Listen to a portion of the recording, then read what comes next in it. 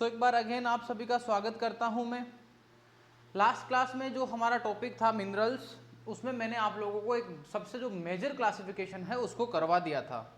आपको याद ही होगा कि लास्ट क्लास का थोड़ा सा भी आपने ध्यान दिया था तो मैंने कहा था on the basis of origin, कि इनका जो निर्माण होता है उस बेसिस पे हमने कहा था कि जो मिनरल्स होते हैं वो एक तो होते हैं प्राइमरी मिनरल्स और दूसरा हमने कहा था एक होते हैं हमारे सेकेंडरी मिनरल्स। तो हमने जो मेजर ग्रुप्स या मेजर क्लासिफिकेशन था वो हमने दो टाइप से, मतलब जो मेजर क्लासिफिकेशन था उसमें मिनरल्स को हमने दो कैटेगरीज में डिवाइड किया। एक कैटेगरी को हमने नाम दिया प्राइमरी मिनरल, दूसरी को हमने दिया सेकेंडरी मिनरल। जैसा कि आपको अच्छे से पता है कि प्राइमरी मिनरल को प्राइमरी मिनरल हमने इसलिए कहा क्योंकि प्राइमरी मिनरल जो है, यानी कि जब मॉल्टन मैग्मा सॉलिड होता है, कूल होकर डिपॉजिट होता है, तो उसको हमने पहले बना, इसलिए हमने प्राइमरी मिनरल कह दिया, जैसा कि हमने रॉक्स में भी ये चीज़ यूज की थी। और सेकेंडरी मिनरल हमने सेकेंडरी मिनरल को इसलिए कहा क्योंकि प्राइमरी मिनरल की वेदरिंग से इसका फॉर्मेशन होता है, इसीलिए हमने इसको नाम दे दिया सेकेंडरी मिनरल। उम्मीद करता हूं कि यहां तक की बात आपके माइंड में एकदम बढ़िया तरीके से सेट हो गई होगी। इससे आगे की तरफ एक कदम चलते हैं। जैसा कि आप लोगों को मैंने एकदम क्लियर कर दिया था कि प्राइमरी मिनरल्स के अंदर भी हम बात करें तो मैंने आपको कहा था एक तो होता है असेंशियल मिनरल। कौन सा था? एक तो था असेंशियल मिनरल, और दूसरे की अगर अपन बात करते हैं तो दूसरा था असेसरी मिनरल। यानी दो प्रकार के मिनरल्स मैंने और पढ़ा दिए थे। आपको याद ही होगा एसेंशियल मिनरल्स के लिए मैंने एग्जाम्पल के तौर पे कहा था ऐसे मिनरल्स जो रॉक्स के अंदर लार्ज क्वांटिटी में होते हैं और उस रॉक का जो नेचर होता है वो वही डिसाइड करते हैं, उन्हें हमने कहा था असेंशियल।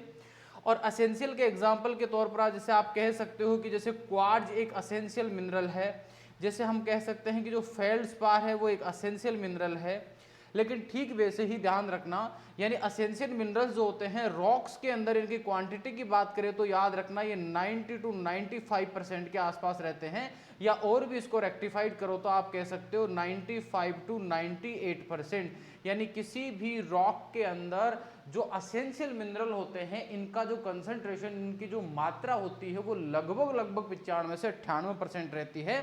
लेकिन दूसरा जो असेसरी मिनरल्स था इनकी क्वांटिटी की बात करें तो ये लगभग 2 से 5% के आसपास इनकी क्वांटिटी रहती है। ये बहुत स्मॉल क्वांटिटी में होते हैं, हालांकि इनका इंपॉर्टेंस बहुत ज़्यादा होता है, लेकिन इनकी प्रेजेंस और एब्सेंस से रॉक्स के ऊपर कोई फर्क नहीं पड़ता है ज़्यादा, ये मेजर नहीं होता है। मेजर कॉन्स्टिट्यूएंट ये होते हैं। एग्जाम्पल के तौर पे आप बात करें तो जैसे एल्यूमिनियम, यूँ कहें जैसे आयरन का जो मिनरल होते हैं, जो आयरन वाले मिनरल्स होते हैं उनको हम कह सकते हैं, या ऐसे मिनरल जो बहुत स्मॉल क्वांटिटी में जैसे सोडियम के मिनरल, आयरन के मिनरल, इस तरीके के जो मिनरल्स होते हैं जैसे हेमेटाइट वगैरह, वो जनरली किस में आते हैं? असेसरी मिनरल्स के अंदर आते हैं। ये क्लासिफिकेशन हम ऑलरेडी रीड आउट कर चुके थे। अब बात करते हैं आगे की तरफ, इसी कड़ी में हम और आगे की तरफ बढ़ते हैं। तो अब जो चीज़ मैं समझाने जा रहा हूँ माइंड में अच्छे से बिठा लेना, क्योंकि आज तक मैंने बच्चों से एक ही बात सुनी है कि सर पेडोलॉजी रटने वाला सब्जेक्ट है, और मैं हमेशा कहता हूं कोई भी सब्जेक्ट रट्टा मारने वाला नहीं होता है। अगर आप किसी भी सब्जेक्ट या किसी भी टॉपिक के कोज पर जाते हो, उसके कंसेप्ट पे जाते हो, तो फिर वो समझने वाला बन जाता है।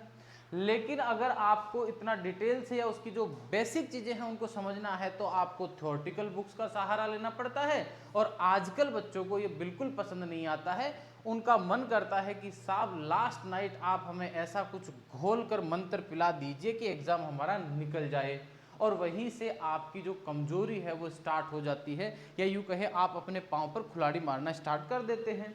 तो प्राइमरी मिनरल्स या यूँ कहें पेडोलॉजी के जो टॉपिक है वो बहुत अच्छे हैं और सारे के सारे समझने वाले हैं। वो ध्यान देना कैसे समझने वाले हैं।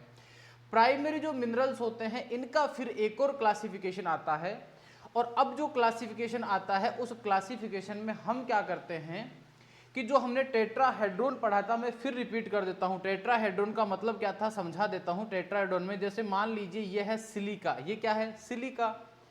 अब हमें अच्छे से पता है कि जो सिलिका था, इस सिलिका के चारों तरफ इसकी 4 वैलेंसी है जो आपको दिखाई दे रही होगी, दिखाई दे रही है। अब बोर्ड पे बनाऊंगा तो ये वैलेंसी आपको कुछ ऐसे ही दिखेगी, लेकिन जब हम इसका डायग्राम 3 डायमेंशनल देखते हैं तब ऐसा नहीं होगा। बोले साहब कैसा होगा? जैसे आप लोगों को 4 दिशाएं दिख रही होगी, एक आपके सामने, एक ऊपर की तरफ, एक नीचे की तरफ, एक इधर की तरफ, समझ में आ गया। यानी ये कुल मिलाकर तीनों डायरेक्शन में कुछ इस तरीके से फैले हुए रहते हैं, सभी डायरेक्शन में। जैसे मान लो ये पेन है, एक तरफ अंगुली हो गई, दूसरी तरफ ये हो गया, एक इधर की तरफ है, एक इधर मेरी तरफ है, यानी तीनों दिशाओं के अंदर इनकी शेयरिंग होती है। ऐसा नहीं है कि जैसे मैंने बोर्ड पर लाइनें खींच दी वैसा होता है, ऐसा नहीं है। ठीक है साहब, समझ में आ गई। इस चीज को और भी आपको अच्छे से समझना है तो यूं समझ लीजिए, जैसे मान लीजिए ये तो आपका सिलिका हो गया, और इस सिलिका के चारों तरफ जो ऑक्सीजन होते हैं वो इस तरह से होते हैं, जैसे ये एक ऑक्सीजन हो गया, ये दूसरा ऑक्सीजन हो गया, ये तीसरा हो गया। ये 3 तो आपको दिखाई दे रहे हैं, लेकिन एक ऑक्सीजन इस सिलिका के जस्ट पीछे की तरफ है, इसको मतलब आपको उसको इसके ऊपर ही बनाना पड़ेगा। कैसे कि सब ये सिलिका था, ये सिलिका था, इस सिलिका के जस्ट जो सामने ऑक्सीजन होगा वो तो यहीं पे आएगा, तो मैंने बिल्कुल यहीं पर बना दिया है। जब हम इनकी बाइंडिंग सिलिका के साथ करवाते हैं, इस तरीके से हम इनको एक दूसरे के साथ जोड़ते हैं, तो आपको कुछ इस प्रकार की संरचना दिखाई देती है, जिसको लास्ट क्लास में मैंने समझाने के लिए यूं कहा था कि ये 4 आपके क्या है, 4 ऑक्सीजन के आयन थे, और ये जो ऑक्सीजन वाले आयन थे इनकी मैंने यहाँ आपको इस तरह से शेयरिंग करके कुछ इस तरीके की जो 4 कॉर्नर वाली जो स्ट्रक्चर पढ़ाई थी उसमें याद रखना। जैसे मान लीजिए मैं ऊपर जाके देखता हूँ तो इस वाले ऑक्सीजन के ऊपर से देखता हूँ तो मुझे ये 3 ऑक्सीजन दिखाई देते हैं और एक इसके ऊपर की तरफ होता है, और जब इसकी 3D स्ट्रक्चर बनाते हैं तो कुछ ऐसी स्ट्रक्चर हमें दिखती है। इसको हमने लास्ट क्लास में नाम दिया था टेट्राहेड्रॉन। क्या नाम दिया था साहब? इसके 4 कोने थे तो हमने कहा था टेट्राहेड्रॉन। क्या नाम दिया इसको? टेट्राहेड्रॉन। इसी के साथ आप लोगों का ये जो टॉपिक है, ध्यान रखना, टेट्राहेड्रॉन आपको समझ में आ गया तो ये टॉपिक आप लोगों के लिए बिल्कुल इजी हो जाएगा। और अगर आपको टेट्राहेड्रॉन की बात समझ में नहीं आई तो फिर याद रखना रट्टा ही मारना पड़ेगा और कोई आपको रास्ता मिलेगा भी नहीं। ठीक है, तो टेट्राहेड्रॉन हम इसको बोलते हैं साहब, ये समझ गए। अब क्या मैं ये जो 3D वाली स्ट्रक्चर आपको दिख रही है इसके बीच वाले ऑक्सीजन को गायब कर दूं, क्योंकि बार बार इतना बनाना पॉसिबल नहीं है, तो क्या मैं इसको कुछ इस प्रकार से ले लूं तो आप लोगों को कोई दिक्कत तो नहीं होगी? इसको डैश डैश से मिला दूं और कहूं कि ये आपका टेट्राहेड्रॉन है, ये बीच में मान लो सिलिका और ऑक्सीजन दोनों यहाँ प्रेजेंट है। तो अगर मैं इसको बार बार इसे त्रिभुज बनाकर याद रखना हर जगह रिप्रेजेंट करूं तो आप ये मत समझना कि सर टेट्राहेड्रॉन में 4 कोने थे, आपने 3 ही क्यों कर दिए? वो 3 क्यों किए उसकी मैंने 3D स्ट्रक्चर बना के आपको समझा दी है। ठीक है, अब जैसे मान लीजिए मैंने कहा था कल कि जो टेट्राहेड्रॉन है ये फंडामेंटल बिल्डिंग ब्लॉक है इस अर्थ का। इस अर्थ के निर्माण के लिए जो सबसे बेसिक चीज है वो कौन है? ये टेट्राहेड्रॉन ही है। बोले ठीक साहब, समझ में आ गई। इसके चारों कोनों पर 4 ऑक्सीजन आयन है, ये भी आपको पता ही होगा, और कल की क्लास में मैंने आपको समझाया भी था, वापस रिपीट कर देता हूं कि एक सिलिका के ऊपर चार्ज होता है 4+, इसके साथ मिलते हैं 4 ऑक्सीजन, एक ऑक्सीजन के ऊपर होता है -2। तो यहाँ सिलिका के साथ जब 4 ऑक्सीजन आप जोड़ते हो तो सिलिका से देखो 2 का मतलब यहाँ 4 है तो 8 माइनस हो गया, 4 दूनी 8, यानी कि 4 से 4 तो न्यूट्रल हो जाएगा, लेकिन फिर भी ऊपर कितना बच जाएगा? -4 बचेगा। यानी टेट्राहेड्रॉन का केमिकल फॉर्मूला आप पढ़ते हो तो मैंने कल की क्लास में आपको ऐसा फॉर्मूला लिखाया था और यहां मैंने अंडरलाइन की थी, मैंने कहा था टेट्राहेड्रल का ये आपका केमिकल फॉर्मूला है, याद होगा। इस जगह पर यहां फॉर्मूला लिखा हुआ था तो आपको याद ही होगा। अब आगे चलते हैं कि ठीक साहब ये तो समझ में आ गई, आप जो कह रहे हो तो कि -2 प्रेजेंट रहता है, सॉरी -4 प्रेजेंट रहता है, यहाँ 4 था है ना, -4 था ये वाला फॉर्मूला। इसके साथ हम आगे बढ़ते हैं तो क्या मैं ये कह सकता हूं कि जो ये स्ट्रक्चर आपको दिखाई दे रही है इसके चारों कोणों के ऊपर 4 क्या बैठे हुए हैं? यहाँ चारों कोणों के ऊपर 4 ऑक्सीजन बैठे हुए हैं और चारों अपने साथ एक एक नेगेटिव चार्ज लेके बैठे हुए हैं। तो क्या ऐसा पॉसिबल है कि जो दूसरी टेट्राहेड्रल स्ट्रक्चर है, जैसे मान लो ऐसी की ऐसी एक टेट्राहेड्रल स्ट्रक्चर है, वो यहाँ आकर इससे जुड़ जाए? बोले सर बावड़े हो गए हो क्या आप? करने में क्या हो, आप ऐसे ही किसी के साथ कैसे जोड़ देते हो? यानी जैसे मान लो ये सिलिका है एक, इसके साथ ये ऑक्सीजन जुड़ा हुआ है जिसपे माइनस है, दूसरी तरफ फिर से ये सिलिका इस तरीके से आ जाए, इस सिलिका के पास प्लस है, इसके पास माइनस है, इस सिलिका को एक चाहिए, भाई साहब लिंक बन जाएगा। इसका मतलब ऑक्सीजन ऑक्सीजन लिंकेज यहाँ बन सकता है, तो इस तरीके की स्ट्रक्चर यहाँ बन जाती है। ये म्यूचुअली दोनों के अंदर शेयरिंग इसकी हो जाती है। तो आपको दिखाई दे रहा होगा कि दोनों टेट्राहेड्रल्स, एक ऑक्सीजन यहाँ है, दोनों की शेयरिंग चल रही है। इसी तरीके से मैं कहूँ कि ये फिर से दूसरे के साथ इस तरीके से ऐड हो जाए, तो तो आप लोगों को ऐसे लंबी चेन टाइप की स्ट्रक्चर बनती हुई दिखाई दे देगी, इस तरह से आपको दिख रही होगी। ये हम केवल एक ही डायरेक्शन में पढ़ रहे हैं। अगर मैं ये स्ट्रक्चर्स को इसके सारे यहाँ पर भी जोड़ूँ, यहाँ पर भी जोड़ूँ, यहाँ पर भी जोड़ूँ और यहाँ पर भी जोड़ूँ, यानी जो 4 ऑक्सीजन है इन चारों के साथ टेट्राहेड्रोन यानी कि 2 टेट्राहेड्रोन यूनिट्स अगर एक दूसरे के साथ जुड़ती है तो जुड़ने के बाद धीरे धीरे जो है इनकी संख्या बढ़ती जाती है और एक मिनरल बन जाता है। ठीक सर, समझ में आ गया। अब होता क्या है कि कुछ टेट्राहेड्रल स्ट्रक्चर्स ऐसी होती है कि भैया बस इतने में ही खत्म हो जाती है, मामला यहीं पर दी एंड हो जाता है, इससे आगे बढ़ती ही नहीं है। इसका मतलब एक टेट्राहेड्रल यूनिट के अंदर, या यूं कहें एक टेट्राहेड्रल यूनिट खुद की खुद अकेली है। बोले सर ये कैसे पॉसिबल हो सकता है? इसके पास -4 था, मान लो इसके पास Fe आके चिपक जाए और Mg आके चिपक जाए, आयरन और मैग्नीशियम आके चिपचे, दोनों के पास प्लस के 2 थे, दोनों ने इसका आवेश जो था न्यूट्रल कर दिया और ये एक प्रकार का मिनरल बनके तैयार है, क्योंकि इसके ऊपर अब कोई चार्ज नहीं है, ये रिएक्ट अब किसी से नहीं करेगा, क्योंकि इसके पास -4 था। मैग्नीशियम और आयरन ने अपने पॉजिटिव जो चार्ज था दोनों ने मिलकर एक दूसरे को न्यूट्रल कर दिया। एक के पास कमी थी, एक के पास इलेक्ट्रॉन ज़्यादा थे। आयरन के पास और मैग्नीशियम के पास इलेक्ट्रॉन की कमी थी और जो आपका टेट्राहेड्रल यूनिट थी इसके पास इलेक्ट्रॉन ज़्यादा थे, तो इन्होंने म्यूचुअली एक दूसरे को शेयर किया और न्यूट्रलाइज कर दिया एक दूसरे को। बोले सर यहाँ तक की बात तो समझ में आ गई। आगे इसका मतलब अब ये किसी के साथ अपना ऑक्सीजन आयन शेयर नहीं करेगा। क्यों? क्योंकि इसके पास अब चार्ज, नेट नेगेटिव चार्ज बच ही नहीं रहा है। यानी हम ये कह सकते हैं कि कुछ मिनरल्स ऐसे होते हैं जो किसी दूसरी टेट्राहेड्रल यूनिट के साथ कोई संबंध बनाते ही नहीं है। दूसरी बात करते हैं, जैसे मान लीजिए ये वाला मिनरल है, इसके पास जो 4 इसके ऑक्सीजन आयंस थे, पता चला कि 3 जो नेगेटिव चार्ज है मान लो वो तो न्यूट्रल उदासीन हो जाए, वो तो क्या हो जाए, उदासीन हो जाए, और ये अपने इस एक को क्या करे, किसी दूसरे के साथ शेयर कर दे। फिर समझाना मेरी बात, समझना मेरी बात, कि बाकी 3 को नहीं करे, केवल एक को कर दे। ये वाला भी क्या करे, अपने एक चार्ज को तो शेयर कर ले और बाकी को नहीं करे। समझना इस चीज को। इसका मतलब क्या हुआ कि अगर केवल एक ऑक्सीजन को, ओनली 1 ऑक्सीजन को शेयरिंग करे तो क्या हो, मतलब दूसरा एक और प्रकार का मिनरल बन गया है। ऐसा भी तो हो सकता है कि जो ये मिनरल आपको दिखाई दे रहा है ये कुछ ऐसा करे कि भाई साहब ये आपको दिखने वाला टेट्राहेड्रल यूनिट है, ये टेट्राहेड्रल यूनिट क्या करती है कि अपने 2 ऑक्सीजन आयंस को शेयर करे। बोले सर ये कैसे पॉसिबल है? ये कुछ इस प्रकार से पॉसिबल है कि अगर मान लीजिए यही टेट्राहेड्रल यूनिट आपको कुछ इस तरीके से अपनी शेयरिंग करती हुई दिखाई दे कि जैसे जैसे आप आगे बढ़ोगे तो आपको दिखाई दे रहा होगा कि ये एक यूनिट थी, ये दूसरी था, ये तीसरा टेट्राहेड्रल यूनिट थी, और इनको आप अच्छे से देख पा रहे होंगे कि इसने देखो ये वाला और ये वाला, ये दोनों अपनी पड़ोसी जो टेट्राहेड्रल यूनिट्स थी उनके साथ इसने ऑक्सीजन आयन शेयर कर रखे हैं। इस वाली यूनिट ने भी सेम वही कहानी दोहरा रखी है, एक इधर शेयर कर दिया, एक इधर, इसने क्या किया, एक इधर कर दिया, एक इधर, यानी कुल मिलाकर इस तरीके से एक चेन में, जैसे आप लोगों ने देखा होगा कि एक के बाद एक कड़ी जुड़ती चली जाए और एक लंबी चेन नुमा स्ट्रक्चर बन जाए, तो यह आपको एक चेन के जैसी संरचना दिखाई दे रही होगी। ठीक है, अब पता चला कि एक चेन नुमा संरचना ये थी और देखते ही देखते आपने देखा कि इसके दूसरी तरफ ऐसी ही चेन आकर अगर इनसे और जुड़ जाए तो हम ये कह सकते हैं कि सर ऐसी चेन अगर मान लो यहाँ आकर वापस से जुड़ जाती है तो आप पाओगे कि अब इसमें 3 हो गया, एक तो ये वाला, एक ये वाला और एक ये वाला, 3 की शेयरिंग हो गई।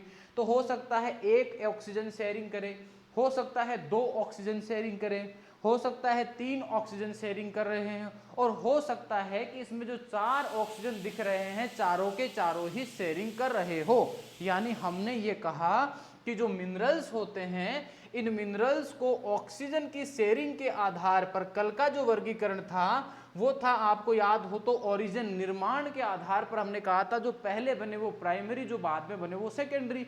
आज कह रहे हैं कि क्लासिफिकेशन ऑफ प्राइमरी मिनरल्स की जो प्राथमिक खनिज होते हैं इनका भी हम आगे वर्गीकरण करेंगे। और हमने कहा किसके आधार पर करेंगे, हमने साफ साफ कह दिया कि अगला जो वर्गीकरण करेंगे ये है बेस्ड ऑन टेट्राहेड्रल लिंकेज, कि जो टेट्राहेड्रल यूनिट्स है इन यूनिट्स में जो आपकी शेयरिंग ऑफ ऑक्सीजन है, ऑक्सीजन की जो शेयरिंग है उसके बेसिस पर हम इनको सर और आगे फर्दर क्लासिफाई करेंगे। ये चीज हमने यहां से नोट आउट कर ली।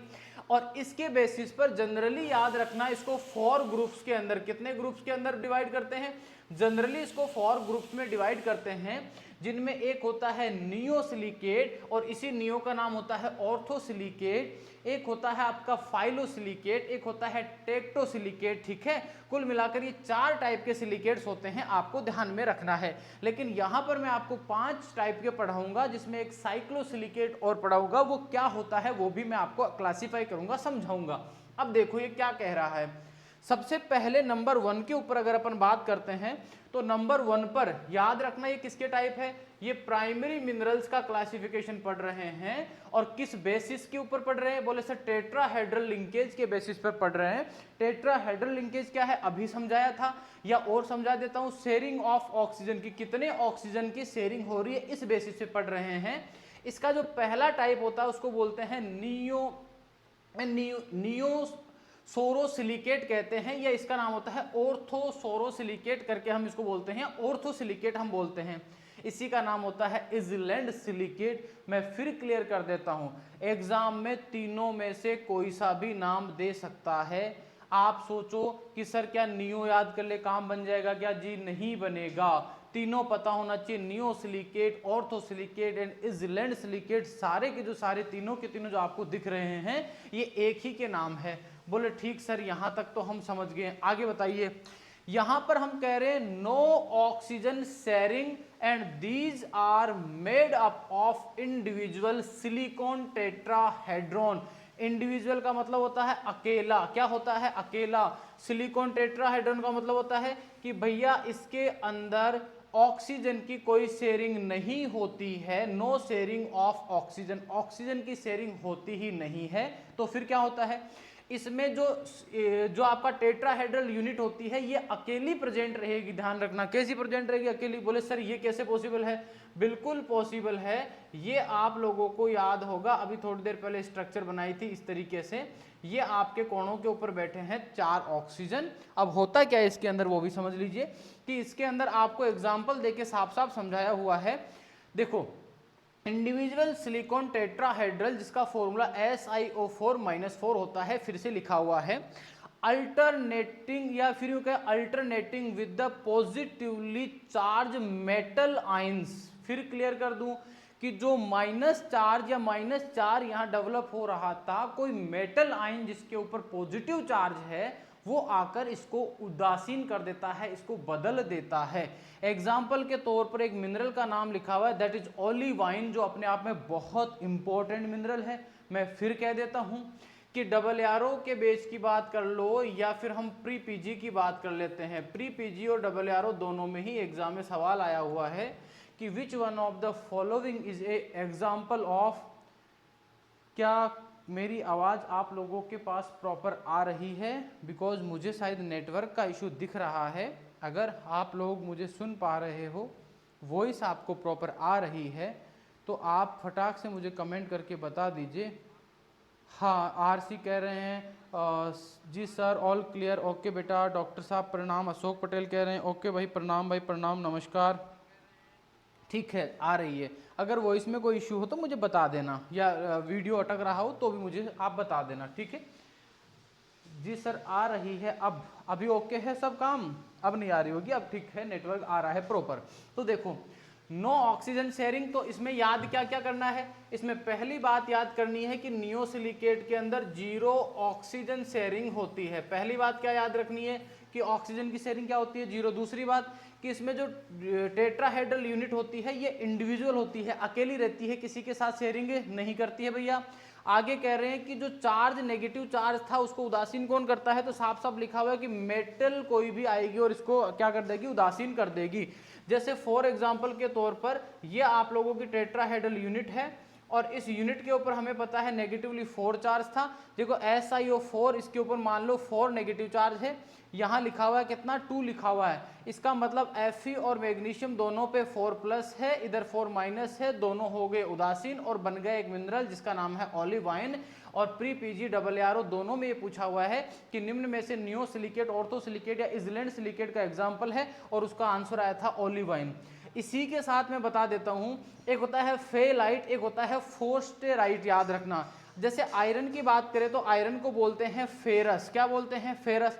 फेरस में आपको Fe दिख रहा होगा, अगर यहाँ फे आ रहा है तो आप फेरस बना लेना कि जो फेरस के अगर Fe2SiO4 इसके साथ जुड़ता है तो उसको फेलाइट बोलते हैं। और फोस्टेराइट में याद रखना मैग्नीशियम पाया जाता है। इनका केमिकल फॉर्मूला भी पूछा हुआ है, ओलिवाइन का भी पूछा हुआ है, ओलिवाइन का कलर भी पूछा हुआ है कि ओलिवाइन जो मिनरल होता है इसका कलर कैसा होता है, तो ओलिवाइन से बना देना ऑलिव, ओलिवाइन से क्या बना देना? Olive green. कैसा कलर होता है इसका? ये हरे रंग का रहता है। कैसे रंग का रहता है? ये ऑलिव ग्रीन कलर का याद रखना मिनरल होता है। आपको अपने माइंड में इस चीज को सेट कर लेना है। जो फाइलाइट होता है इसमें फेरस होता है, और जो फोस्टेराइट होता है उसमें क्या होता है? उसके अंदर मैग्नीशियम पाया जाता है। अच्छा, एक मजेदार चीज और हो गई यहाँ, इसको जैसे ही मैंने पढ़ा तो मेरे दिमाग में दो चीज आई कि सर यहाँ आयरन और मैग्नीशियम दोनों के दोनों ही प्रेजेंट है। इसका मतलब ओलिवाइन जो है वो कौन से टाइप का मिनरल है? वो है फेरो मैग्नीशियम। कौन सा है? वो फेरो मैग्नीशियम सिलिकेट मिनरल है। और जब आपको मैंने पढ़ाया था तो ये चीज क्लियर की थी कि ओलिवाइन, फेलाइट और फोस्टेराइट, याद रखना ये दोनों जब आपस में मिलते हैं, ये दोनों जब आपस में मिलते हैं तभी ओलिवाइन बनता है। ये भी एग्जाम में पूछा हुआ है कि ओलिवाइन में क्या क्या होता है, तो फेलाइट और फोस्टेराइट आपस में मिला दो और बना दो ओलिवाइन। ये भी आप लोगों के लिए इंपॉर्टेंट चीज है। तो फर्स्ट हो गया आपका नियोसिलिकेट। 3 क्वेश्चन बनते हैं। शेयरिंग कितनी होती है? 0 ऑक्सीजन शेयरिंग होती है। दूसरी बात, इसका एग्जांपल क्या है? ओलिवाइन। केमिकल फॉर्मूला क्या होता है? केमिकल फॉर्मूला होता है इसका FeMgSiO4। क्लियर है? इसके बाद में इसमें इंडिविजुअल टेट्राहेड्रॉन्स रहती है, ये चीज आपको माइंड में सेट रखनी है। इसके अलावा जो 3 एग्जाम्पल पीछे पढ़ाए थे वो इजी थे और एग्जाम में बार बार पूछे जाते हैं। लेकिन अगर इसकी बात करें अपन ARO का जो पेपर हुआ था लास्ट टाइम, उसमें एक सवाल ये भी पूछ लिया था कि which one of the following is example of, याद रखना, ऑर्थोसिलिकेट। उसमें आ गया था जर्कोन। तो याद रखना उसके कुछ एग्जाम्पल और भी है जिनको अपने माइंड में सेटअप करना है, जिनमें आता है जर्कोन, स्फेने, टोपाज। ये भी इंपॉर्टेंट है, इसको भी नोट कर लेना। टोपाज और जर्कोन दोनों के दोनों क्या है? दोनों के दोनों आपके एग्जाम्पल बन जाते हैं किसके? ऑर्थोसिलिकेट के, या नियोसिलिकेट जो होता है इसके एग्जाम्पल है। अगला आता है स्टेरोलाइट, अगला आता है गार्नेट। याद रखना ये भी इंपॉर्टेंट है। तो ये 3 नाम और याद कर लेना अपने माइंड के अंदर कि जो नियोसिलिकेट्स होते हैं उनके अंदर गार्नेट, टोपाज एंड जर्कोन, ये तीनों के तीनों एग्जाम में पूछे हुए उदाहरण है। अगला आता है सोरोसिलिकेट। कौन सा आता है अगला? सोरोसिलिकेट। और इसका एग्जाम्पल मैंने पहले ही याद रखना हाईलाइट कर रखा है, बोर्ड पे दिख रहा होगा। यहाँ नियोसिलिकेट जो है उसको हाईलाइट किया हुआ है। उदाहरण में आपको याद रखना कोई सा भी हाईलाइट नहीं दिख रहा है। एक तो आपको टॉर्मेलाइन दिख रहा है, एक आपको एपिडोट दिख रहा है। कौन दिख रहा है? एपिडोट दिख रहा है। इसमें साफ साफ क्या लिखा हुआ है? इसमें लिखा हुआ 1 ऑक्सीजन शेयरिंग अकर्स, की केवल कितनी होती है? 1 ऑक्सीजन की अगर शेयरिंग होती है तो उसको बोलते हैं सोरोसिलिकेट। क्या बोलते हैं उसको? सोरोसिलिकेट। बोले सर ये कैसे पॉसिबल होगा? ये पॉसिबल कुछ इस प्रकार होगा कि ये देखो आपको दिखाई दे रहा होगा आपका, पहले तो टेट्राहेड्रल यूनिट बना दीजिए। बन गई टेट्राहेड्रल यूनिट? बोले साहब बन गई। फिर क्या करना है? ये एक टेट्राहेड्रल यूनिट है, दूसरी टेट्राहेड्रल यूनिट ऐसे बन जाएगी, साफ साफ दिखाई दे रही होगी आपको। क्लियर है मामला? तो इसमें आपको दिख रहा होगा मामला यही खत्म हो जाएगा। पहले वाले में तो क्या था? पहले वाले में बस यहीं पर मामला खत्म हो गया था, अकेली इंडिविजुअल यूनिट्स थी। अब 2 टेट्राहेड्रल आपस में मिल जाती है और एक की शेयरिंग करती है तो उसको बोलते हैं सोरोसिलिकेट। इसका एग्जाम्पल क्या है? बोले सर इसका एग्जाम्पल है एपिडोट। बीच में डॉट लगा दो, दोनों के बीच में क्या लगा दो? दो आपस में मिलकर दोनों के बीच में डॉट लगा हुआ है, इस मतलब एपिडोट इसका एग्जाम्पल है। याद रखना एपिडोट क्या है? मिनरल है। किसका एग्जाम्पल है? सोरोसिलिकेट का एग्जाम्पल है, आपको ध्यान रखना है। नियोसिलिकेट्स में क्या आती है? इनके अंदर मेटल आ जाती है बीच में, जिससे चार्ज खत्म हो जाता है, ऑक्सीजन की शेयरिंग नहीं हो पाती है। ठीक है, यहां तक कोई दिक्कत आपको नहीं होगी। क्यों? क्योंकि नियोसिलिकेट में अकेली यूनिट थी, सोरोसिलिकेट के अंदर 2 यूनिट्स आपस में मिल गई तो 1 ऑक्सीजन की शेयरिंग हो गई। अगला आता है साइक्लोसिलिकेट। मजेदार बात देखना, साइक्लोसिलिकेट जिसका एग्जाम्पल है टोरमेलाइन। इसमें क्या होता है समझना, ये क्या करता है आपस में? इसकी शेयरिंग से रिलेटेड यहाँ कोई डिस्कशन नहीं है, लेकिन इसमें एक शब्द लिखा हुआ है साइक्लो। क्या लिखा हुआ है? साइक्लो। जैसे आपने साइक्लोन शब्द सुना होगा। बोले सर सुना तो है, जिसको चक्रवात कहते हैं। बोले सर ये गोल गोल घूमता है। साइक्लोन कैसे घूमता है? गोल गोल। और याद रखना गोल घूमने वाला साइक्लोन भी दो टाइप का होता है, क्लॉकवाइज और एंटी क्लॉकवाइज। घड़ी की दिशा में घूमता है तो क्लॉकवाइज, और उल्टा घूमता है तो एंटी क्लॉकवाइज हम इनको नाम देते हैं। बोले सर इससे आप क्या साबित करना चाहते हो? इसका मतलब है कि इसके अंदर वो मिनरल आएगा जो गोल गोल घूम रहा है। बोले कहाँ घुमाना है सर? बेटा घुमाना कहीं नहीं है, आपको यहीं पर घुमाना है। ये हो गया आपका एक इंडिविजुअल टेट्राहेड्रॉन, क्लियर है। फिर इसके बाद में ये हो गया आपका दूसरा टेट्राहेड्रल यूनिट। फिर इसके बाद में ये हो गया आपका तीसरा, ये हो गई आपकी तीसरी यूनिट, ठीक है। फिर कहाँ घुमाना है? बोले सर ये वाली हो गई चौथी। और कहाँ घुमाना है? सर ये वाली हो गई पांचवी यूनिट। और कहाँ घुमाना है? बोले सर ये हो गई छठी। यानी कुल मिलाकर मैंने ये देखा कि 6 यूनिट्स आपस में मिली। कितनी मिली? 1 2 3 4 5 6 आपस में मिली। और मुझे साफ दिखाई दे रहा है कि हर एक यूनिट ने अपने 2 ऑक्सीजन आयंस की शेयरिंग की है। कितने की है? 2 की है। और सबने 2-2 ऑक्सीजन की यहाँ शेयरिंग की है। और शेयरिंग के बाद में पता चला कि एक गोल गोल सी संरचना बन गई है। और ये गोल गोल सी संरचना थी, इसीलिए नाम दे दिया साइक्लोसिलिकेट। और इसका मोस्ट इंपॉर्टेंट एग्जांपल है टोरमेलाइन। याद रखना टोरमेलाइन में पाया जाता है बोरोन। क्या पाया जाता है? बोरोन। एग्जाम में ये सवाल एक बार नहीं हजारों बार पूछा जा चुका है कि बोरोन का मिनरल सोर्स क्या होता है, कौन सा खनिज, कौन सा मिनरल है जिसके अंदर बोरोन पाया जाता है। और उसका एग्जाम्पल आता है वो है टोरमेलाइन। क्या है वो? टोरमेलाइन के अंदर बोरोन पाया जाता है। ये बात आपको अपने माइंड में सेटअप करनी है। बोले सर 3 तो पढ़ा दिया आपने। पहला आपने कहा ऑर्थोसिलिकेट, कहा ऑक्सीजन कहीं नहीं जाएगा, ऐसी संरचना बना दी। दूसरे में आपने कहा सर सोरोसिलिकेट, और उसमें आपने कहा 2 के बीच में डॉट लगा दो, एग्जाम्पल हो गया एपिडोट। उसमें 2 यूनिट्स आपस में एक ऑक्सीजन शेयर करती है। तीसरा आप कह रहे हो कि साइक्लोसिलिकेट, और साइक्लो में आपने कहा कि साइक्लो का मतलब गोल होता है, तो इसमें ऐसी गोल संरचना बन जाती है। क्यों? क्योंकि याद रखना पहली बात तो साइक्लोसिलिकेट में 2 ऑक्सीजन शेयरिंग होती है। कितने ऑक्सीजन शेयरिंग होती है? 2। लेकिन मजेदार बात है कि 2 ऑक्सीजन की शेयरिंग तो होगी, लेकिन संरचना बनेगी साइक्लो, यानी कि राउंड वाली संरचना बन रही है। ध्यान रखना ये सीधी लाइन में नहीं है। जैसे मान लो मैं इसको यहां से तोड़ूं, और अगर तोड़ने के बाद इनको एकदम ऐसे सीधा कर दूं ना, तब ये साइक्लोसिलिकेट नहीं रहेगा, फिर ये बदल जाएगा। क्लियर है मामला? तो साइक्लोसिलिकेट का मतलब है ये गोल गोल आपको दिखेगा। इसका एग्जाम्पल है टोरमेलाइन, जो बोरोन का मिनरल सोर्स है। एग्जाम में बहुत बार ये सवाल पूछा जाता है। आगे चलते हैं। बोले सर नेक्स्ट आ जाता है आइनोसिलिकेट। क्या आ जाता है? आइनोसिलिकेट। इसमें साफ साफ लिखा है हमने चेन सिलिकेट। इसका दूसरा नाम क्या होता है? Chain silicate. वापस पीछे जा रहा हूं एक बार, यहां लिखा हुआ है चेन, और यहां लिखा हुआ है साइक्लो। क्या लिखा हुआ है? साइक्लो। यानी कि इसमें गोल संरचना बन रही थी, लेकिन इस वाले में गोल नहीं बनेगी, इसमें चेन बनेगी। चेन का मतलब जैसे आप गले में चेन पहनते हो, तो आप गले में जो चेन पहनते हो उसमें क्या होता है, जैसे मान लो एक कड़ी है, दूसरी फंसा दो, तीसरी फंसा दो, उसमें बहुत सारी कड़ियों को इस तरह से फंसाते जाओगे तो एक सीधी सीधी चेन बन जाएगी। ठीक है, तो इसीलिए इसको बोलते हैं चेन सिलिकेट, क्योंकि ये संरचना बिल्कुल चेन की तरह कड़ियां जुड़कर एकदम सीधी रहती है। और याद रखना इसी चेन को अगर इधर घुमा के लाके जोड़ दोगे आपस में तो गोल होगी, मतलब साइक्लोसिलिकेट हो जाएगा। इनमें बेसिक फर्क ये आप लोगों को ध्यान रखना है। क्यों? क्योंकि ऑक्सीजन शेयरिंग दोनों में सेम है, उसमें भी वही ऑक्सीजन शेयरिंग है जो इसके अंदर है। ऑक्सीजन शेयरिंग क्या है? सिमिलर है। एक मिनट,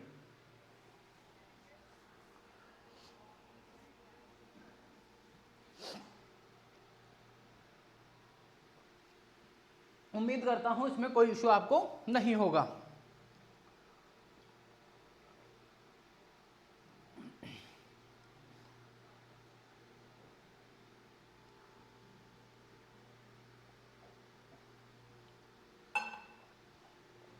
आ जाइए बोर्ड पे। देखो इसके बाद आगे बढ़ते हैं। तो पाइरोजिन्स हम सॉरी आइनोसिलिकेट्स पढ़ रहे थे, इसमें हमने कहा चेन सिलिकेट है।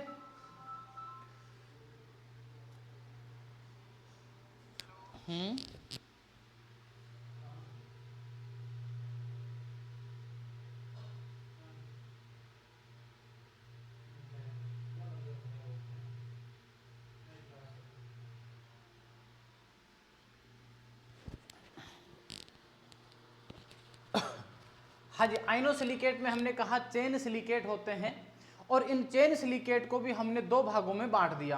कितने भागों में? दो भागों में। बोले सर दो भागों में किससे बांट दिया? ऐसे ही अगर मान लो एक ही चेन बने तो हमने कहा उसको बोलते हैं पाइरोजेंस। क्या बोलते हैं उसको? बोलते हैं पाइरोजेंस बोलते हैं।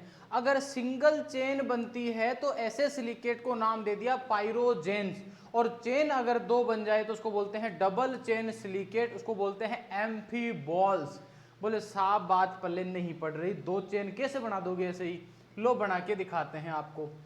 चेन कुछ ऐसे बनती है कि ये जो सीधी लाइन आपको दिख रही है, इतना माइंड में सेट कर लो कि आइनोसिलिकेट में दो या फिर तीन ऑक्सीजन की शेयरिंग होगी, कभी दो की होगी कभी तीन की होगी।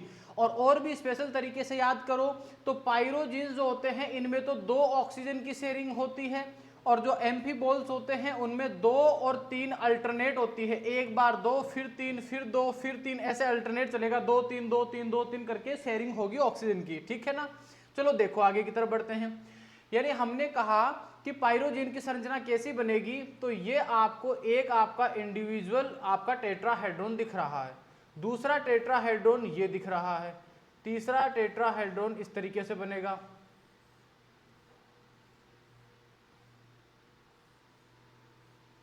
यानी आपको दिख रहा होगा कि ये जो टेट्राहेड्रॉन्स है ये आप लोगों को क्लियरली मेंशन दिख रहा होगा कि इसके दो ऑक्सीजन की शेयरिंग है, इसके भी दो की है, इसके भी दो की है, इसके भी दो की है।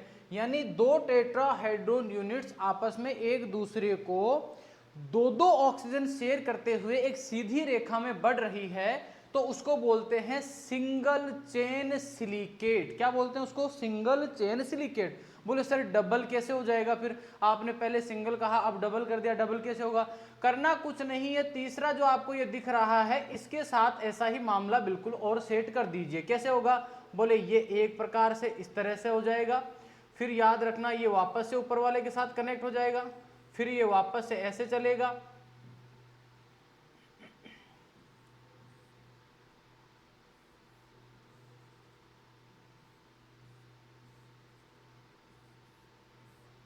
देखो समझने की कोशिश करना।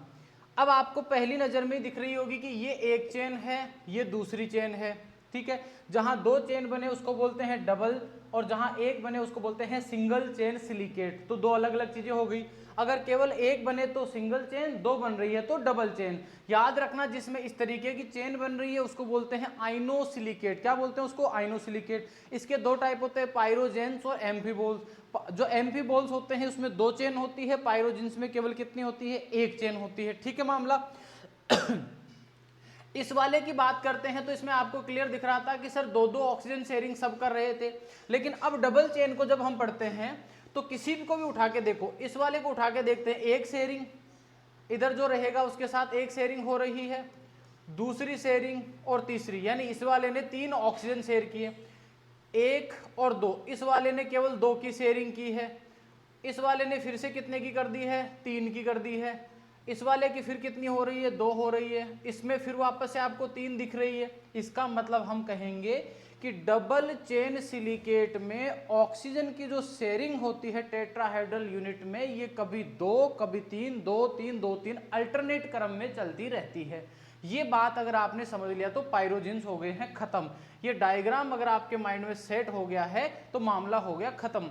पाइरोजेंस में सिंगल चेन सिलिकेट बोलते हैं। एग्जाम में सीधा ही सवाल आता है, which one of the following minerals having single chain sharing है, सिंगल चेन स्ट्रक्चर, तो वो किसमें होती है? पाइरोजिन्स में होती है। और एम्फीबॉल और पाइरोजिन्स दोनों के दोनों आइनोसिलिकेट के एग्जाम्पल है, माइंड में बिठा लेना। ये क्या कह रहा है? ये कह रहा है इसमें टू ऑक्सीजन की शेयरिंग होती है, two oxygen ions are shared, यानी एक दूसरे के साथ दो ऑक्सीजन आयंस की शेयरिंग होती है। हमने भी तो कितने बताए थे? दो ही बताए थे। Two oxygen ions in any tetrahedral units are shared with two neighbouring, या नेबरिंग का मतलब होता है पड़ोसी। तो ये कहना चाहता है कि दो ऑक्सीजन जो आयंस होते हैं, जो दो टेट्राहेड्रल यूनिट्स होती है, जो आसपास में एक दूसरे के पड़ोसी होती है, वो एक दूसरे को शेयर करती है। ये एकदम क्लियरली आपको कह रहा है, जबकि साथ में ये भी मेंशन किया गया है कि भैया यहाँ पर टू जो होती है, दो जो होती है फ्री होती है। किसी की भी उठा के देख लो, ये बीच वाली फ्री है और ये पूंछ वाली फ्री है। दो फ्री है, दो के साथ शेयरिंग होगी, दो फ्री है, दो के साथ शेयरिंग होगी। लेकिन इसी चीज को जब हम आगे की तरफ लेके चलते हैं तो आ जाता है negative charge provided by the oxygen in any one tetrahedral unit of chain remain 6 as compared with 8 for the isolated tetrahedral. यानी कि हम कह रहे हैं कि जैसे मान लो ये एक यूनिट है और ये दूसरी यूनिट है, ठीक है, -4 इस पे है, -4 इस पे है। चारों ऑक्सीजन के ऊपर कितना था मिलाकर, टोटल कितना था, 8 हो गया। तो यहां -8 हो रहा है। जब इन्होंने एक दूसरे के साथ शेयरिंग की तो पता चला कि इन्होंने इस तरह से एक ऑक्सीजन को शेयर कर लिया। इसका मतलब क्या हुआ, इसका मतलब ये हुआ कि एक माइनस यहां है, एक बीच में है और एक आपका यहां रह गया, एक आपका यहां रह गया। ये दोनों न्यूट्रल हो जाते हैं। एक माइनस यहां है, एक यहां है, तो कुल मिला के आप काउंट करोगे 1 2 3 4 5 6, यानी इस पे कितना नेगेटिव चार्ज बचता है, 6। यही बात यहां पर लिखा हुआ है कि negative charge provided by the oxygen in any one tetrahedral unit of chain remain 6, कितना रह जाता है, 6 रह जाएगा, एज कंपेयर टू 8, जहां पहले 8 हुआ करता था वहां 6 रह जाएगा।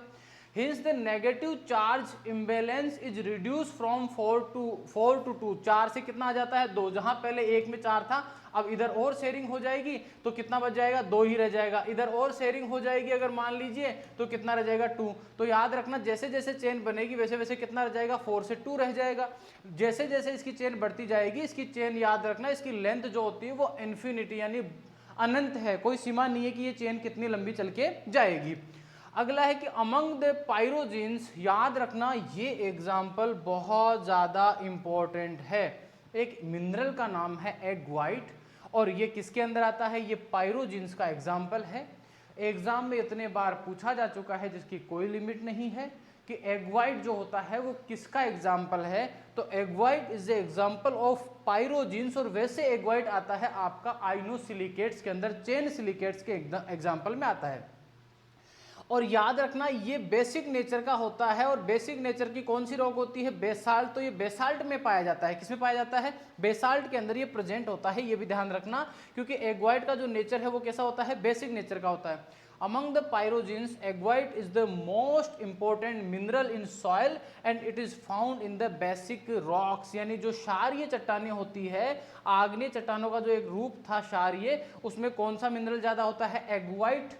जो पायरोजीन्स होते हैं वो सबसे ज़्यादा होता है। इसके और एग्जाम्पल क्या है, और एग्जाम्पल है एंस्टेटाइट, एग्वाइट, हाइपरसैंड, डाइपसाइड। इसके अलावा बात करें तो हेडेनबर्गाइट, वोल्स्टनाइट एंड रोडेनाइट। एक तो याद रखना ये रोडेनाइट याद कर लेना, ये एग्जाम में पूछा हुआ है और ये तो बहुत इंपॉर्टेंट है, इसके तो आप 2 नहीं 4-5 स्टार लगा लेना। ये दोनों के दोनों इंपॉर्टेंट है एग्जाम के पॉइंट ऑफ व्यू से, ठीक है।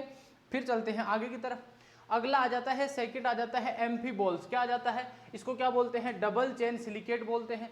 स्ट्रक्चर पीछे बना के समझा ही दिया था। Amphiboles consist of the double chain. कितनी चेन होती है इसमें, 2 चेन होती है। साफ साफ लिखा है अल्टरनेट। अल्टरनेट का मतलब होता है एक बार कुछ, दूसरी बार अलग, तीसरी बार कुछ, चौथी बार अलग। तो अल्टरनेट 2 और 3, एक बार 2 की शेयरिंग होती है फिर 3 की हो जाती है। अल्टरनेट 2 और 3 ऑक्सीजन की शेयरिंग चलती रहती है, पीछे समझा दिया था। Amphiboles group of minerals are common in acidic rocks, यानी 2 चीजें हैं। एम्फीबॉल जो होते हैं ये तो एसिडिक रॉक्स में होते हैं। किस में होते हैं, ऐसे याद रख लेना, एम्फीबॉल और ए से बना देना एसिडिक सॉइल। कौन सी सॉइल बना देना, एसिडिक सॉइल। और पीछे की तरफ ध्यान रखना जो आपका पायरोजेंस होते हैं, कौन से की बात कर रहे हैं, जो पायरोजेंस होते हैं ये कौन सी के अंदर होते हैं, ये होते हैं बेसिक रॉक्स के अंदर। लिखा हुआ वैसे नीचे है क्लियरली कि ये बेसिक में होता है, ये एसिडिक में होता है, ये बेसिक रॉक्स में होता है, स्पेशली एग्वाइट इसमें इंपॉर्टेंट है। और इसके अंदर हमने साफ साफ मेंशन कर दिया है कि ये वाला किस में होता है, ये एसिडिक रॉक्स के अंदर प्रेजेंट होता है। एसिडिक रॉक्स के अंदर एम्फीबॉल्स वाले जो मिनरल्स होते हैं ये प्रेजेंट होते हैं। इनका सबसे इंपॉर्टेंट एग्जाम्पल है हॉर्न ब्लेड, ये एग्जाम में आया हुआ सवाल है। हॉर्न ब्लेड जो होता है खुद एसिडिक नेचर का होता है, ध्यान रखना। हॉर्न ब्लेड एक प्रकार का आइनोसिलिकेट होता है, ध्यान रखना। और हॉर्न ब्लेड जो होता है वो एम्फीबॉल्स डबल चेन वाला मिनरल होता है, जबकि एग्वाइट जो होता है वो सिंगल चेन वाला होता है। टर्मोलाइट, एक्टिनोलाइट, क्यूमिंगटोनाइट एंड ग्रूनेराइट, याद रखना ये वाला नाम भी आप लोग थोड़ा सा दिमाग में रख लेना। वैसे इसमें इंपॉर्टेंट केवल ये हॉर्न ब्लेड आया हुआ है एग्जाम के पॉइंट ऑफ व्यू से, पर ये वो गार्नेट वाला है, ये नहीं है। गार्नेट पूछता है, ये नहीं पूछा हुआ, बस यही पूछा हुआ है इनमें से एग्जाम्पल्स के अंदर अगर अपन बात करते तो। वैसे लिखा हुआ है साफ साफ कि horn blade वेदर्स very Fairlie rapidly, यानी कि इसकी जो वेदरिंग होती है वो भी इजीली हो जाती है। Pyroxenes are more basic in character, साफ साफ लिखा है पायरोजिन्स कैसे होते हैं, बेसिक होते हैं, जबकि एम्फीबॉल्स क्या होते हैं, एसिडिक नेचर के होते हैं। Therefore it is weathers more rapidly than the amphiboles, यानी ये कहना जाता है कि पायरोजिन्स जो होते हैं इनका नेचर बेसिक होता है, और बेसिक नेचर होने की वजह से पायरोजिन्स की वेदरिंग जल्दी हो जाती है, पहले होती है, जबकि एम्फीबॉल्स जो होते हैं इनकी वेदरिंग थोड़ा लेट होगी, या यूं कहें इजीली नहीं होती है, जिसका कारण होता है इनका एसिडिक नेचर होने की वजह से। ठीक है, इसके बाद आगे बढ़ते हैं। नेक्स्ट आ जाता है 5 नंबर के ऊपर फाइलोसिलिकेट। कौन सा है फाइलोसिलिकेट, इसको नाम देते हैं सीट सिलिकेट। देखो आप सीट का मतलब तो समझ गए होंगे, जैसे मान लीजिए आपकी नोटबुक जो होती है ना, उसका एकदम पेज होता है ना, एकदम समतल लंबाई में चलता रहता है, तो ऐसी ही सीट बने, यानी एकदम लंबी लंबी परत चलती ही जा रही है, उसकी बात करते हैं, उसको बोलते हैं सीट सिलिकेट। एग्जाम का पहला सवाल, which one of the following minerals called sheet silicate, तो सीट सिलिकेट बोलते हैं फाइलोसिलिकेट को। याद रखना इसका क्या मतलब है, समझाते हैं। जैसे फॉर एग्जाम्पल के तौर पर यह आपको दिख रहा है, ये एक स्ट्रक्चर बन गई है, ठीक है। ये वाली जो स्ट्रक्चर है आगे चलकर इस तरीके से दूसरी स्ट्रक्चर के साथ जुड़ गई है, यही स्ट्रक्चर आगे चल के तीसरी के साथ जुड़ गई है। अब देखो ये क्या करते हैं, अल्टरनेट भी जुड़ते हैं। इतनी देर क्या हो रहा था कि हमने कहा केवल 2 के साथ शेयरिंग हो रही है, तो ये 2 के साथ शेयरिंग हो रही है, एक यहाँ एक यहाँ, लेकिन अब तीसरे के साथ भी शेयरिंग स्टार्ट हो जाती है। बोले सर इसका क्या मतलब है, इसका मतलब है कि अब कुछ इस तरीके की शेयरिंग हो जाती है कि तीसरे आयन के साथ भी, देखो 1 2 3, कितने के साथ शेयरिंग हो रही है, 3 के साथ हो रही है। बोले सर इसका फ्री रह गया, अरे फ्री किसी का मत छोड़ो, सबका पकड़ लो, सबका क्या कर लो, पकड़ लो, ठीक है, कोई दिक्कत नहीं है। इस वाले के साथ भी क्या होती है, बिल्कुल शेयरिंग होती है साहब, इस तरीके से। इस वाले के साथ क्या होता है, बोले ये भी इस तरीके की शेयरिंग करता है। फिर ये वाला क्या करता है, ये वाला भी इस तरीके की शेयरिंग करता है। ये वाला क्या करता है, ये भी शेयरिंग करेगा, यानी कोई भी बिल्कुल नहीं रहेगा, सारे जो है उसके 3-3 ऑक्सीजन एक दूसरे के साथ क्या कर लेंगे, शेयरिंग कर लेंगे। और कुछ इस तरीके की जो स्ट्रक्चर है वो आपको बनी हुई दिखाई देगी, याद रखना इस तरीके की स्ट्रक्चर। इसको चारों तरफ फैलाते हुए चले जाओ, इसको चारों तरफ जब आप फैलाओगे तो आपको इसको जैसे मान लो और फैलाओगे आप आगे की तरफ, तो ये कुछ इस प्रकार की स्ट्रक्चर आपको दिखाई देगी।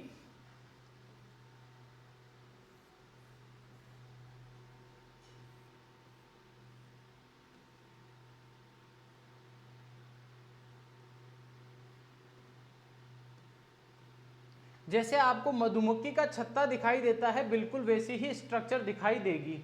ये वाला सवाल एआरओ के अंदर पूछा हुआ है कि which one of the following silicate clay mineral having the honey comb structure, 2021 ARO के पेपर का सवाल है। तो याद रखना इसमें क्या होता है, जिसको भी आप देखोगे उनमें तीनों की, एक केवल बीच वाला, इन सब के बीच में जो ऑक्सीजन बच रहा है वो किसी के साथ शेयरिंग नहीं कर रहा है, बाकी जितने भी है सब किसी ना किसी के साथ शेयरिंग कर रहे हैं। इसका मतलब ये वाला शेयरिंग कर रहा है, ये वाला कर रहा है, ये वाला कर रहा है, बचा कितना, एक। इसके भी 3 कर रहे हैं, इसके भी 3 कर रहे हैं, यानी सभी की सभी टेट्राहेड्रल यूनिट्स के 3-3 ऑक्सीजन अपने पड़ोसी टेट्राहेड्रल यूनिट के साथ शेयरिंग करते हैं, केवल एक बचता है। समझ में आ गया? ये 2 डायमेंशनल होती है, मतलब ये लेंथ और विड्थ में, यानी इधर और इधर फैलती है, या तो ऐसे लंबाई में भी फैलेगी और ऐसे भी फैलेगी। जैसे मान लीजिए 3 डायमेंशन का मतलब होता है लंबाई, चौड़ाई और ऊंचाई। अगर कोई चीज लंबाई में, चौड़ाई में और ऊंचाई तीनों प्रकार की अगर दिशाओं बढ़ती है तो उसको बोलते हैं 3 डायमेंशनल। और अगर वो 2 ही दिशाओं में, एक तो चौड़ी हो रही है, एक उसकी हाइट बढ़ रही है, विड्थ बढ़ रही है, इसका मतलब केवल उसकी 2 ही दिशाएं बढ़ती है, तो इसकी भी क्या होती है, एक तो ये वाली डायमेंशन बढ़ रही है और दूसरी ये वाली बढ़ रही है। इसके सामने कोई भी नहीं जुड़ रहा है, इसका मतलब एक सीट के जैसी संरचना होती है जो केवल 2 दिशाओं में बढ़ती है। और एक हनीकॉम्ब, मधुमक्खियों का जो छत्ता आपने देखा होगा जिसमें छोटे छोटे छेद से होते हैं, ये बिल्कुल वैसे ही आपको मधुमक्खी के छत्ते की जैसी संरचना आपको दिखाई दे रही होगी, इसीलिए इसको बोलते हैं हनीकॉम्ब स्ट्रक्चर। कितनी शेयरिंग होती है? बोले सर 3 ऑक्सीजन की शेयरिंग होती है। Important group of soil forming minerals, की मिट्टी बनाने वाले मिनरल्स में सबसे इंपॉर्टेंट है फाइलोसिलिकेट। याद रख लेना इस बात को, सॉइल फॉर्मिंग मिनरल्स में सबसे इंपॉर्टेंट क्या है? फाइलोसिलिकेट सबसे इंपॉर्टेंट है, ध्यान रखना। किसकी बात कर रहा हूं मैं? ये सॉइल फॉर्मिंग मिनरल्स के अंदर सबसे इंपॉर्टेंट है। Are represented by the mica, और इसका एग्जांपल क्या है? माइका। और माइका कितने प्रकार की होती है? 2 प्रकार की, काली और सफेद। सफेद को क्या बोलते हैं? व्हाइट। बोले सर मस्को व्हाइट। और काली को क्या बोलते हैं? बायोटाइट। किसका एग्जांपल है? फाइलोसिलिकेट का। यानी माइका के जो बायोटाइट और मस्को व्हाइट दोनों के दोनों किसमें आते हैं? फाइलोसिलिकेट के अंदर। इनको हम लोग मेंशन करके चलते हैं। नीचे लिखा हुआ है make honeycomb like structure, honeycomb की जैसी संरचना बनती है। क्या होती है हनीकॉम्ब लाइक स्ट्रक्चर? आपको समझ में आ गया होगा, एकदम बेसिक चीजों को क्लियर कर रहे हैं। Basic structural units of phyllosilicate is essential formed by the condensation of 2 sheet of silica tetrahedral, यानी कि सिलिका टेट्राहेड्रल की जो 2 शीट्स होती है, ये क्या करती है? 1 sheet of aluminium and magnesium. कहने का मतलब इसका ये है कि इसमें कई बार क्या होता है, इनमें अल्ट्रेशन भी हो जाता है कि जो सिलिका सीट होती है उसकी जगह एल्यूमिनियम और मैग्नीशियम की सीट का इंटरफेरेंस हो जाता है। आपने याद हो तो जब मैं आपको क्ले पढ़ा रहा था तो वहां पर क्ले में मैंने आपको याद हो तो इलाइट पढ़ाया था। वो इलाइट किससे बनता है? वो इलाइट माइका से बनता है। वहां वर्मीकुलाइट पढ़ाया था, मोंटमोर्लिनाइट पढ़ाया था, उसमें आइसोमॉर्फस सब्स्टिट्यूशन होता, सिलिका की जगह कौन आ गया था? एल्यूमिनियम आ जाता था।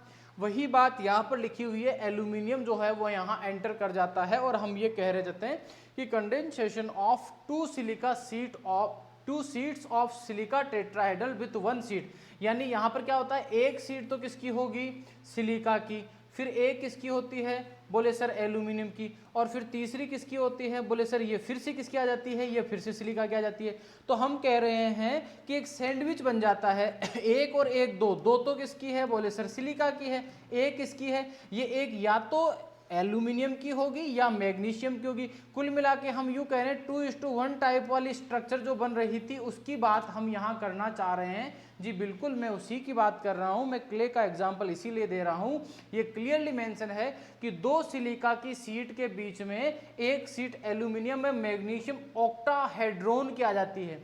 बोले सर अब इतनी देर से टेट्राहेड्रोन चल रहा था, अब ऑक्टाहेड्रोन कहाँ से आ गया है?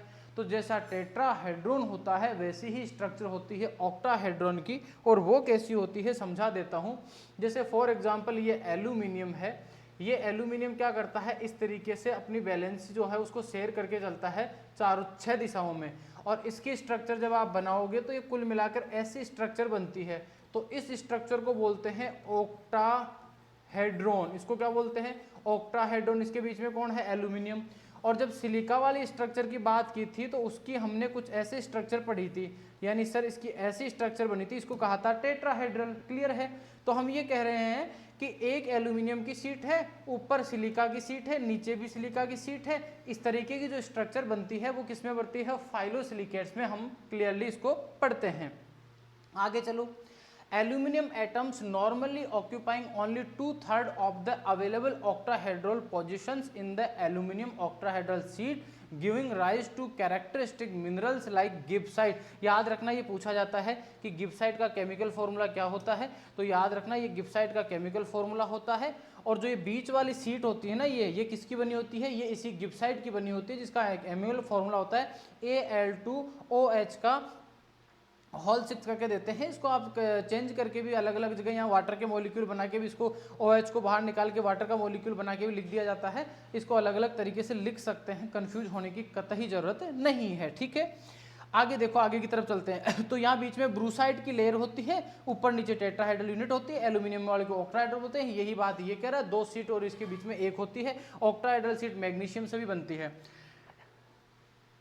If instead of aluminum magnesium is present, then all the available octahedral positions are filled giving rise the brucite। यानी कि ये यूं कहना चाह रहा है, सिंपल शब्दों में समझे तो अगर हम ये कहें कि 2 परतों के बीच में जो परत है वो एल्यूमिनियम की है, तब तो बोलते हैं ये ब्रूसाइट की है, गिब्साइट की है। और अगर इस एल्यूमिनियम की जगह मैग्नीशियम ले ले, तो आपको मिनरल्स जब मैंने पढ़ाए थे तो चौथा टाइप मिनरल्स का था जिसमें हमने नाम लिया था क्लोराइड का। किसका नाम था? क्लोराइड का। यानी 2:1 प्रकार की जो क्ले कोलाइड्स पढ़े थे, उनमें जो मोंट मोरेलोनाइट था वहां पर सिलिका का आइसोमॉर्फस सब्स्टिट्यूशन करता था एल्यूमिनियम। लेकिन ऑक्टाहेड्रल जो सीट थी, यानी एल्यूमिनियम वाली सीट में क्या करता है, एल्यूमिनियम की जगह ले लेता है मैग्नीशियम। कौन लेता है? मैग्नीशियम। तो किसी भी मिनरल के अंदर जो 2/3 भाग होता है, यानी 3 में से 2 सीट तो आज भी एल्यूमिनियम की रहेगी, लेकिन जो तीसरी सीट एक बच रही है उसमें मैग्नीशियम पाया जाता है। इतनी सी बात समझाई जा रही है कि इंस्टेड ऑफ एल्यूमिनियम, एल्यूमिनियम की जगह मैग्नीशियम प्रेजेंट रहता है, जिसकी वजह से वहां ब्रूसाइट की लेयर बन जाती है। अगर मैग्नीशियम है तो ब्रूसाइट कहेंगे, और अगर यहाँ एल्यूमिनियम है तो उसको गिब्साइट बोलते हैं। ये बात आपको ध्यान रखना है। ठीक है, इसके बाद आगे की तरफ चलते हैं। ये बातें तो मैं पहले पढ़ा चुका हूँ। कंप्लीट प्लेट लाइक, यानी कि 2:1 प्रकार की एक संरचना बनती है। पूरी स्ट्रक्चर को देखते हैं तो lattice constitute regulate stacking of the crystals. इस प्रकार की बहुत सारी लेयर एक दूसरे के ऊपर जमा होती जाती है। जैसे आप अपने घर पर जो धान से भरे हुए कट्टे, या यूं कहें फर्टिलाइजर के कट्टे जो होते हैं, उनको एक के ऊपर एक रखते हैं तो एक रेक बन जाती है। एक के ऊपर एक रखते हैं तो ठीक वैसे ही एक परत के ऊपर दूसरी परत बनती जाती है, रखते जाते और एक बहुत बड़ा मिनरल तैयार हो जाता है, जो मैंने क्ले कोलाइड्स में आपको क्लियरली समझा रखा है। इसमें लिखा हुआ है कि 3 ऑक्सीजन आइंस, कितने की शेयरिंग होती है ये लिखा हुआ, 3 ऑक्सीजन आइंस आर शेयर्ड। और याद रखना ये लिखा हुआ देखो 2 डायमेंशन, क्या लिखा हुआ? 2 dimensional seat structure and having the honey comb structure. थोड़ी देर पहले समझाया था कि ये लंबाई और चौड़ाई में बढ़ती है, तीसरी जो डायमेंशन होती है उसमें इसका डेवलपमेंट नहीं होता है। तो हमने कहा 2 डायमेंशनल, और कहा हनी कॉम्ब की जैसी स्ट्रक्चर होती है मधुमक्खी के चित्र। उदाहरण में बोले सर माइका होती है, जिसका उदाहरण मस्को वाइट होता है। और एक और चीज यहाँ मस्त लिखी हुई है कि मस्को वाइट को बोलते हैं व्हाइट माइका और बायोटाइट को बोलते हैं ब्लैक माइका। इसके साथ ही ध्यान रखना,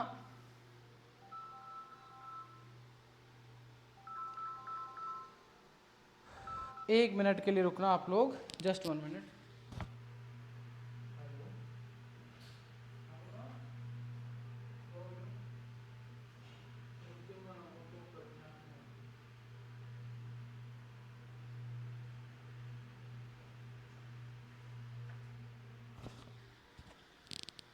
ठीक है, तो याद रखना जैसे क्लोराइड क्या है, बोले 2:2 टाइप की जो क्ले थी उसका एग्जाम्पल है क्लोराइड।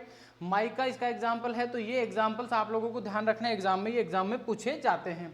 इसके बाद ध्यान रखना जो क्ले मिनरल्स होते हैं वो सारे के सारे इसी में आते हैं। किस में आते हैं? जो फाइलोसिलिकेट्स होते हैं। फिर रिपीट कर देता हूँ, फाइलोसिलिकेट्स जो है इसके एग्जाम्पल में एक तो आती है आपकी माइका। क्या आती है? माइका। जो माइका 2 प्रकार की होती है, दोनों के दोनों फाइलोसिलिकेट्स हैं। इसके बाद क्लोराइड इसमें आता है। क्ले मिनरल्स जो होते हैं वो सारे के सारे इसी का एग्जाम्पल होता है।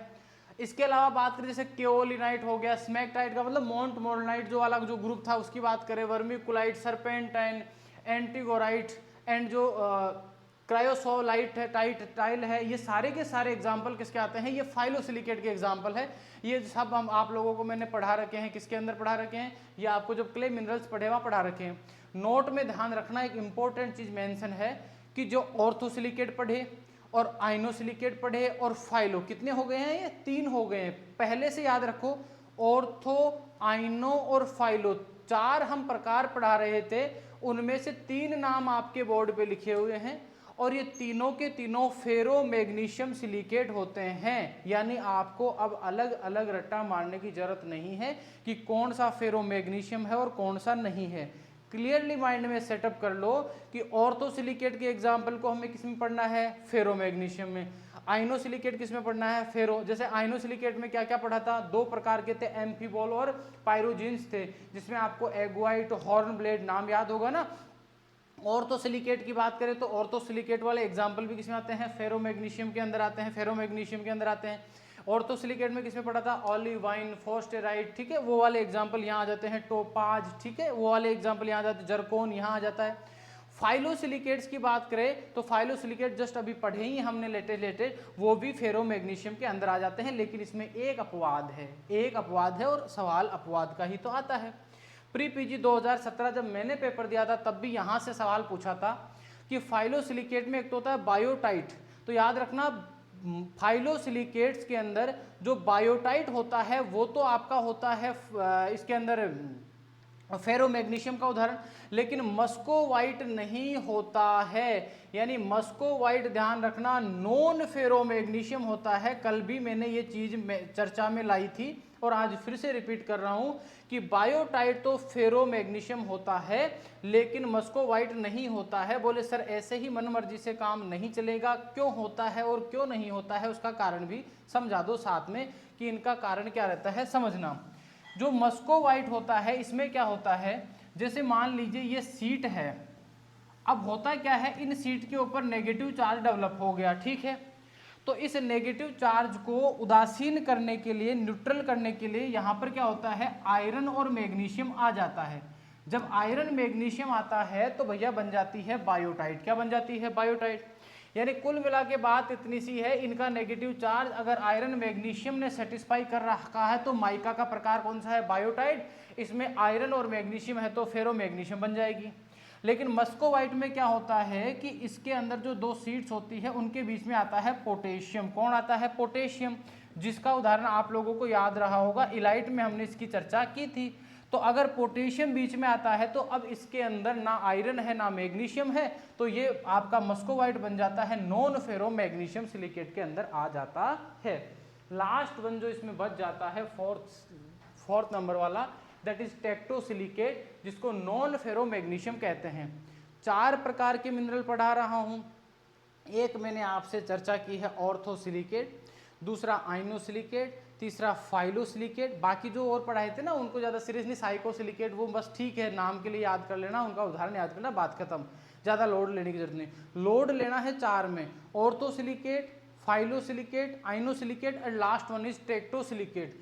और उसमें याद रखना जो 3 मिनरल थे वो तो कौन से थे, फेरो मैग्नीशियम सिलिकेट, और लास्ट वाला है ये नाम ही इसका नॉन फेरो मैग्नीशियम सिलिकेट है। टेक्टोसिलिकेट का नाम ही क्या है, non ferro magnesium silicate.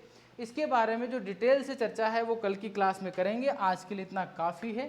Thank you so much मेरे रसगुल्लो। आई होप कि आप सभी ने ये सेशन बहुत अच्छे से एंजॉय किया होगा। Okay, thank you so much.